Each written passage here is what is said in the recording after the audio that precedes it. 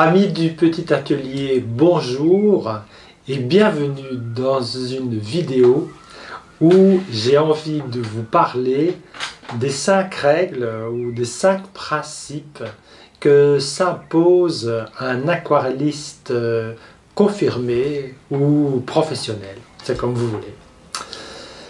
La première règle qu'il s'impose, c'est qu'il se limite à 1 ou 2 sujets.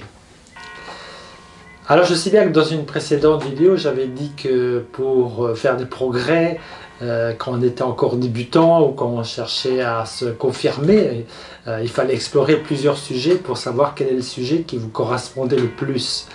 Mais une fois qu'un artiste s'installe dans sa profession, ou même s'il est amateur, dans une certaine maîtrise de son métier, eh bien, il va se limiter à 1 ou 2 thèmes.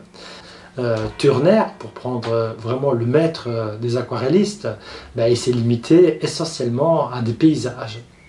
C'est pas seulement une question de marketing, encore que ça joue un rôle très important, et les galeristes, quand ils tiennent un artiste, ils lui demandent évidemment de refaire souvent le même sujet, au risque même de lasser l'artiste lui-même, mais il y a une demande. Mais là, ce qui est important, c'est pas tellement une question de marketing, mais c'est une question que chaque sujet rencontre ses difficultés techniques spécifiques. Il faut savoir aussi que on ne demande pas tout à un artiste, on ne demande pas qu'il sache tout. Évidemment, un professeur doit savoir plus ou moins toutes les techniques s'il veut enseigner, mais un artiste, on ne lui demande pas de tout savoir, on lui demande surtout de bien maîtriser son sujet. Donc la règle numéro 2, et qui est corollaire de la première règle, c'est affrontez-vous vraiment en corps à corps avec les difficultés spécifiques de votre sujet. Comme je le disais, tout sujet a ses difficultés propres. Le paysage urbain demande une grande connaissance de la perspective. Évidemment, il n'est pas question de rivaliser avec François Skeutens, le grand créateur de bande dessinée belge, qui fait quelquefois qui donne des perspectives d'images de villes futuristes à 3, 4, 10, 15 points de fuite. Non, il n'est pas question non plus de faire une sorte de analyse de la perspective quand vous faites vos aquarelles. Il y a simplement le fait que la connaissance que vous avez des perspectives vous permettra de vous en libérer ou de les dépasser, ou même d'une certaine manière de les contredire aussi, pourquoi pas. Mais à quoi bon vouloir être contre quelque chose si on ne le connaît pas? Voilà. Pareil pour les bouquets, la connaissance florale n'est pas n'importe quoi. Il y a des maîtres, il y a des cours de composition de bouquets qui se donnent de façon très sérieuse et très scientifique au Japon par exemple. Donc quelqu'un qui ferait des fleurs devrait très bien avoir une connaissance de ce que c'est que composer un bouquet. Donc cherchez les bons profs, cherchez les bons tutoriels. Aujourd'hui avec internet, il est même plus facile quelquefois de travailler avec des tutoriels qu'avec des professeurs, parce que les bons professeurs ils se trouvent du coup dans le monde entier. Vous n'êtes pas limité à votre région ou à votre ville. Et si vous avez une difficulté technique et que vous cherchez quelqu'un qui peut vous aider, n'hésitez pas à faire une demande dans un commentaire et je vous dirigerai vers la personne qu'il faut. En plus de ça, il ne faut pas une connaissance de l'anglais extraordinaire pour pouvoir comprendre ce que va vous dire un maître, parce qu'il va vous le montrer par l'exemple. La règle numéro 3 que s'impose un aquarelliste confirmé, c'est de ne jamais se satisfaire de la première version. Quand on va voir une exposition, on voit des choses magnifiques et naïvement on croit que ce sont des premiers jets, des choses qui lui sont sorties de la tête de l'artiste comme ça, d'une façon inspirée, intuitive, quasiment divine. Au fait, l'artiste ne va pas vous montrer toutes les versions qui sont dans son grenier ou dans ses poubelles. Il va vous montrer ce qui pour lui est montrable, et ce qui n'est pas montrable, il va le cacher. Alors évidemment, c'est pas toujours évident de se dire de refaire quelque chose. Je sais que quelquefois je demande à mes élèves de refaire une aquarelle et il arrive qu'ils le prennent mal. C'est comme si je les avais punis ou comme si je voulais les humilier. Mais pas du tout. Je veux pas les punir ni les humilier et je pense même que la première version qu'ils ont montrée est une bonne version, sans quoi je ne leur ai pas demandé de la refaire. Je leur ai dit de faire tout à fait un autre sujet. Mais refaire une autre, deuxième version, troisième, quatrième, même jusqu'à 10e version, c'est très important parce que ça remet en question déjà vos concepts de base. Est-ce que finalement, quand vous voyez quelque chose, vous posez la question, est-ce que finalement c'est ce que je veux dire? Est-ce que je ne peux pas dire la même chose d'une autre façon, d'une façon plus économe ou d'une façon plus percutante? Est-ce que deux éléments que j'ai mis dans mon aquarelle ne vont pas se contredire? Est-ce que c'est pas intéressant de créer ici quelque chose, un paradoxe qui va donner justement l'idée que je veux faire? Est-ce que dans ce portrait, est-ce que j'ai pu saisir la nostalgie ou le mystère de la personne, etc. Et ça, évidemment, c'est parce qu'on le refait qu'on peut s'en apercevoir. L'aquarelle a ceci de particulier, c'est que elle ne peut pas se travailler comme l'huile où on peut remettre des couches, on peut changer des éléments.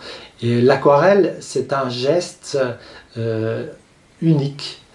On a commencé une aquarelle et on la termine telle qu'elle. On ne revient pas en arrière sur une aquarelle. Donc c'est pour ça qu'on ne peut pas faire de retouches ou faire des régressions ou anticiper. On ne peut pas faire ça en aquarelle. L'aquarelle, c'est juste un mouvement. Et c'est pour ça qu'il y a tout intérêt à le refaire pour que l'aquarelle que vous avez faite, exactement celle que vous avez conçue, a été faite en un seul geste. C'est le propre de l'aquarelle, c'est cette fragilité-là, et il est important de ne pas passer à côté. Une quatrième règle, c'est d'être prêt. Alors je m'explique. La création d'une aquarelle se fait en deux phases. Il y a une phase de préparation et une phase de création proprement dite. Alors, je vais donner un exemple de la première maison que j'ai achetée. J'aime bien les vieilles maisons. La toute première maison que j'ai achetée, c'était une vieille maison et elle était fort mal conçue à l'intérieur. Il y avait des petits escaliers partout, toutes les pièces étaient sombres, petites, etc. Et moi, je me suis lancé à corps perdu dans des travaux. Et une fois que c'était fini, je me suis rendu compte que j'avais fait beaucoup d'erreurs et que la maison est encore même mieux comme elle était avant. Et la deuxième maison dans laquelle j'ai habité, elle était encore plus vieille, encore plus vétuste, encore plus mal foutue, mais je me suis dit que j'allais y habiter telle qu'elle était pendant 1 an pour pouvoir vraiment cogiter et savoir qu'est-ce que je voulais vraiment qu'elle devienne. Ça, c'est la phase de préparation. Quand vous faites une aquarelle, vous devez y réfléchir. Vous devez y réfléchir le temps qu'il faut. Ça peut être 1 semaine, ça peut être 2 jours, ça peut être peut-être quelques heures, ça peut être 1 mois, ça peut être 10 ans. Mais réfléchissez, qu'est-ce que vous voulez faire? Comment vous allez vous y prendre? Quelles sont les armes que vous allez utiliser pour y arriver? Moi, je pense à ce roi dont parle saint Matthieu dans son évangile, quand il fait dire au Christ que si un roi doit faire la guerre, il doit s'assurer qu'il peut la gagner. Or, c'est la préparation qui fait que vous pouvez gagner une guerre ou pas. Évidemment, on peut toujours parler de spontanéité.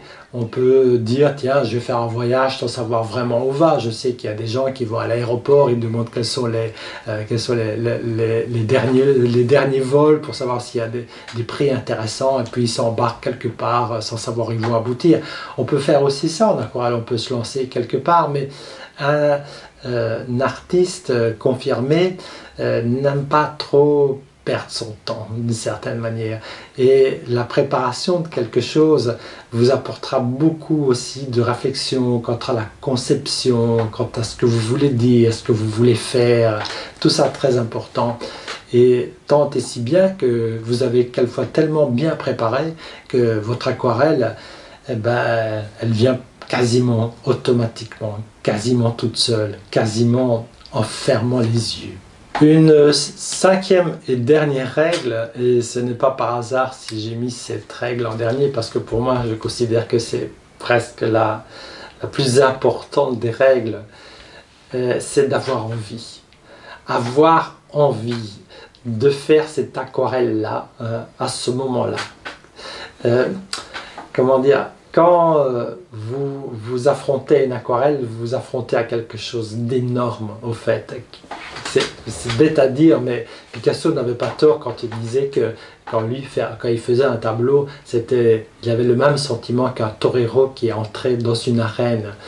Et quand vous allez vous engager, par exemple, avec une personne, quand vous allez vous marier, ou quand vous allez quand vous changez de pays, etc., vous allez prendre un engagement énorme. Il faut que cet engagement soit étayé par l'envie de le faire, parce que ça va vous demander ça va vous prendre tellement de temps, ça va vous prendre tellement d'énergie, vous allez y perdre des plumes, vous allez souffrir, vous allez être heureux, mais vous allez souffrir par moments. Et si vous n'avez pas cette envie débordante de faire ça, eh bien, c'est un peu comme si vous engagez un mariage avec quelqu'un que vous n'aimez pas vraiment. Voilà, c'est très très important cette envie.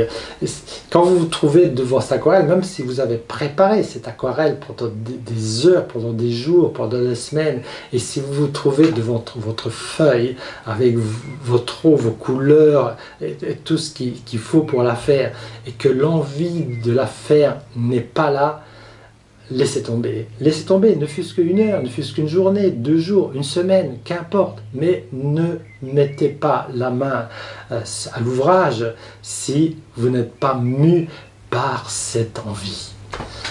Voilà, j'ai donné mes 5 règles, j'espère qu'elles vont faire leur chemin chez vous, j'espère qu'elles vous ont parlé. Et en tout cas, si vous avez des choses à dire, n'hésitez pas à le dire dans les commentaires. Si vous voulez me faire plaisir et que vous avez été content de la vidéo et que vous voulez être au courant des prochaines vidéos, n'hésitez pas non plus à vous abonner. Ça soutient la chaîne. Merci beaucoup et je vous dis à la prochaine vidéo. Au revoir.